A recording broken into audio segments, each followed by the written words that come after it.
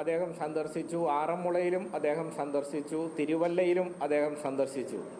ഏറ്റവും കൂടുതൽ നാശനഷ്ടങ്ങളുണ്ടായ കോന്നി സന്ദർശിക്കാൻ അദ്ദേഹം തയ്യാറായില്ല. ഇന്നലെ ജില്ലാതലത്തിലുള്ള ഉദ്യോഗസ്ഥർ പങ്കെടുത്തുകൊണ്ട് യോഗം ചേർന്നു.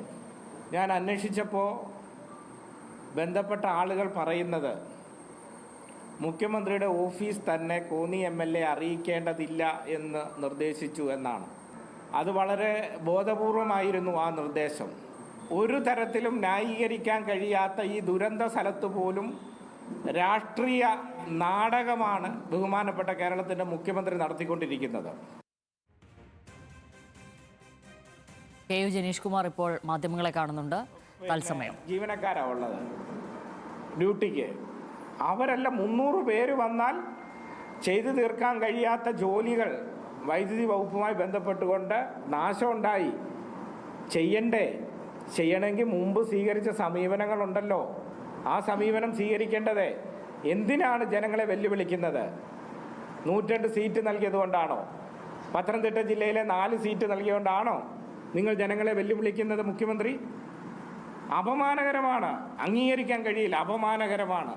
ഇത് കോർഡിനേഷൻ ചെയ്യുമ്പോൾ, യോഗം ചേരുമ്പോൾ ജില്ലയിലെ MLA മാർ ഒരാളെ മാത്രം മാറ്റി നിർത്തുന്നത് എന്തിനാ? അപ്പോൾ അത് വളരെ അംഗീകരിക്കാൻ കഴിയാത്ത, ഒരു മുഖ്യമന്ത്രി കസേരയിൽ ഇരുന്നു കൊണ്ട് ഒരാൾക്ക് ചെയ്യാൻ ഒരിക്കലും യോജിക്കാത്ത പ്രവർത്തനമാണ് അദ്ദേഹം ചെയ്തുകൊണ്ടിരിക്കുന്നത്.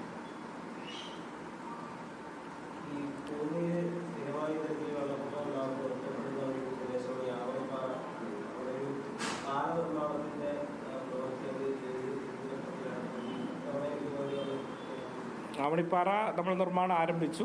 മഴ ആയതുകൊണ്ട് ഇപ്പോൾ ചെയ്യാൻ കഴിയില്ല. എന്തായാലും വളരെ വേഗം തന്നെ ആവണിപ്പാറ പാലത്തിൻ്റെ നിർമ്മാണം പൂർത്തീകരിക്കും.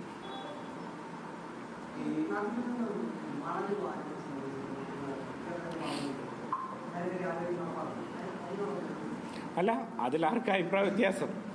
നിങ്ങളൊരു കാര്യം മനസ്സിലാക്കി, മുന്നൊരുക്കങ്ങൾ ഒരുപാടുണ്ട്.